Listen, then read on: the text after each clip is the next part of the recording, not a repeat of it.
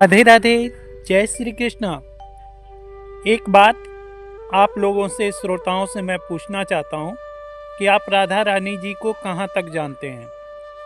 क्या राधा रानी बरसाने वाली हैं, या वृषभानु जी की लाडली हैं, या फिर भगवान श्री कृष्ण की आत्मा है? इन सब बातों से तो सब कोई जानता है कि वह एक ब्रह्मांड की रचयिता प्रभु की एक स्वरूपा ही है। परंतु क्या आप लोग जानते हैं कि इस धरा पर भगवान श्री कृष्ण ने अपना राधा स्वरूप क्यों बनाकर प्रकट किया? प्रेममयी राधा, राधा रानी हमारी प्रेम की परम प्रकाष्ठा है, और उसी प्रकाष्ठा को कहाँ से इस धरती पर आना पड़ा, ये बात हम आपको बताने जा रहे हैं। कृपया अगर आप मेरी राधा रानी जी से, मेरी किशोरी जी से, मेरी भगवान श्री कृष्ण की आत्मा से अगर प्रेम करते हैं, प्रभु से प्रेम करते हैं, तो यह कथा अवश्य ध्यानपूर्वक सुनिएगा। ये आप लोगों से मेरा अनुनय विनय है, और माता बहनों और भाइयों से ये हाथ जोड़कर निवेदन भी है कि राधा रानी जी की कथा मैं बहुत कुछ सुनने और समझने के बाद आज आप लोगों को एक ऐसी रहस्यमयी बात बताने जा रहा हूँ जो केवल इस कथा के द्वारा ही आपको ज्ञात होगा, और बहुत कम ही लोग जानते हैं। जब समुद्र मंथन हुआ और समुद्र से बहुत सारे रत्न निकले, जिसमें विष भी निकला और अमृत भी निकला। जब अमृत निकला तो भगवान जब वहाँ पर कच्छप रूप में थे, जब उन्होंने देखा कि अमृत पर अब अमृत अगर दैत्यों को मिल गया तो पूरा पृथ्वी में तांडव मच जाएगा। इस बात से प्रभु ने, भगवान विष्णु जी ने अपना मोहिनी स्वरूप, विश्व मोहिनी स्वरूप धारण किया, और वह अमृत कलश को अपने हाथ में ले लिया।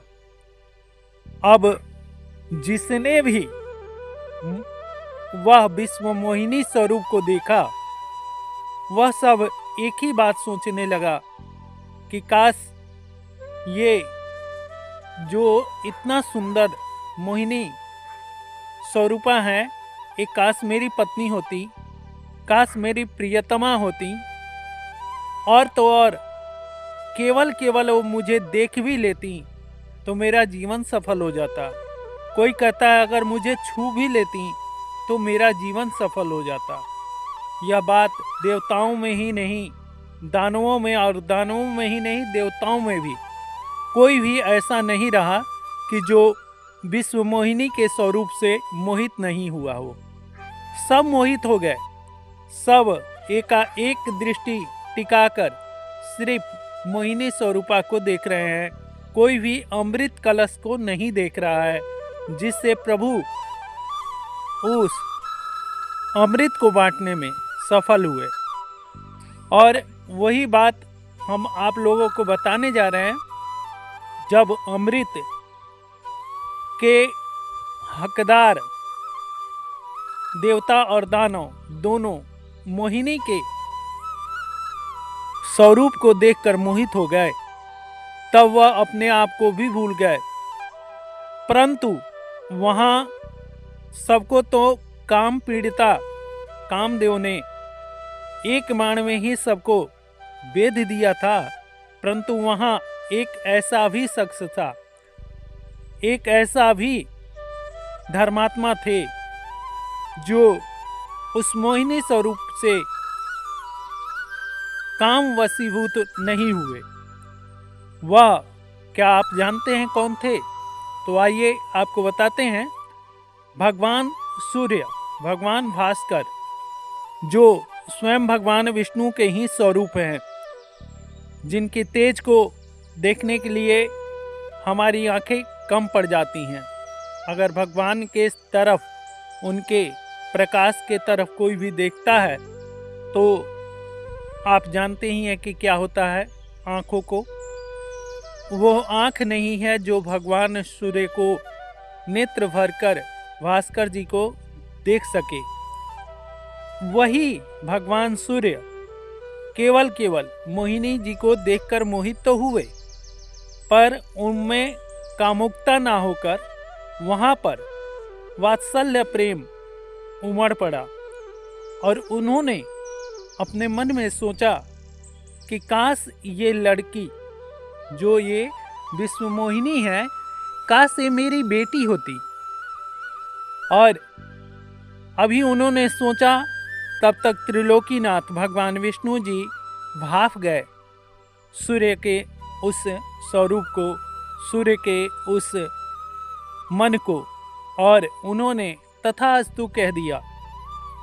और वही हमारे सूर्य भगवान दूसरे अवतार में वृषभानु जी हुए और हमारे किशोरी जी यानी कि हमारी लाडली भगवान श्री कृष्ण की स्वरूपा राधा रानी जी उनके घर अवतरित हुई, जन्म ली और उनके आंगन में खेली।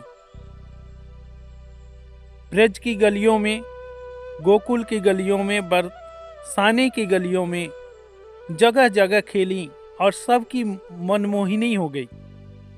जो भी देखता था वे अपने आप को भूल जाता था। यही बात हम आप लोगों को इस कथा के माध्यम से बताने जा रहे हैं और बताए भी कि केवल भगवान सूर्य की तपस्या से, भगवान सूर्य की, धर्मात्मा सूर्य की, प्रभु सूर्य की वंदना से ही राधा रानी बरसाने में वृषभानु जी की लाडली किशोरी जी हमारी अवतरित हुई और भगवान श्री कृष्ण की मोहिनी स्वरूपा प्रियतमा, जिन्होंने भगवान श्री कृष्ण तक को मोहित कर लिया, अपना प्रेम, अपना समर्पण, अपना करुणा सब पर लुटाया और किसी से कुछ नहीं लिया, दिया ही सबको। और यही है हमारी राधा रानी मोहिनी, मनमोहिनी। जय हो राधा रानी, आपके चरणों में बारंबार हमारा कोटि कोटि नमन है। हे राधा, आप हमारे मन में भी आ जाइए ताकि हम त्रिलोकीनाथ के कम से कम आपके सहारे दर्शन कर लें। इसलिए सभी कहते हैं, राधा रानी हमें तो बता तो जरा, कैसे दीवाना हुए तेरे बामरा। तो यही है राधा रानी की हमारी जन्म की कथा कि राधा रानी मनमोहिनी क्यों हुई। जय राधा रानी की।